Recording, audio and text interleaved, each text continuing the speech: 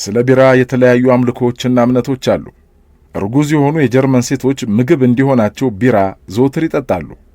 የናይጄሪያ ወንዶች የወሲብ ስንፍናን ለመከላከል ቢራ ፉት ይላሉ። የማሌዥያ ሴቶች በሽታን ለመከላከል ልጆቻቸውን በቢራ ያጥባሉ። ሩሲያ ውስጥ እንደ ስካር ማብረጃ ይገለገሉበታል። ቢራ የተለያዩ ስሞች አሉት። ቢራ፣ ቢር፣ አሌ፣ ስታውት፣ ፒዮና፣ ክርስቲና፣ እናት ይባላል። ከውሃ ቀጥሎ በዓለም ላይ የሚጠጣ መጠጥ ቢራ ነው። የ1976 ዓመተ ምህረት መረጃ እንደሚያመላክተው በዓመት 12.4 ቢሊየን ሊትር ቢራ ተጠጥቷል።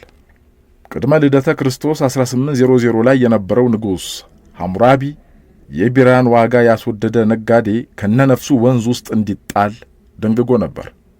የግብፅ ፈርዖኖች ቢራ ከመውደዳቸውም በላይ ሲሞቱ እንኳን የቢራ በርሜል አብሯቸው ይቀበር ነበር።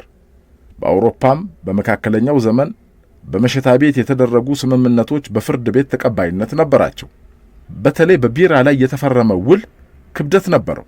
በኦክስፎርድና በኬምብሪጅ ስር የነበሩ ኮሌጆች በሙሉ አንዳንድ የቢራ ፋብሪካዎች ነበሯቸው። በታላቋ ብሪታንያም ታሪካዊው ማግና ካርታ ሰነድ ውስጥ እንኳን ሳይቀር ሰፍሯል። የጀርመን ማዘጋጃ ቤቶችም ስብሰባ አዳራሾቻቸው ምድር ቤት ውስጥ የቢራ መቸርቸሪያ ሱቆች በብዛት አቋቁመው እንደነበር ታሪክ መዝግቦታል።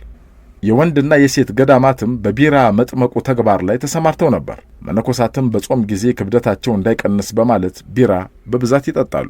በ16ኛው ምዕተ ዓመት ደግሞ የሮማ ቤተ ክርስቲያን ቢራ ለመለኮሳቱ ጠቃሚ መሆኑን በመገንዘብ በብዛት እንዲመረት ቅዱስ ፈቃዷን ሰጥታለች። ይህም ቢራ በብዛት እንዲጠጣ አስተዋጽኦ አድርጓል።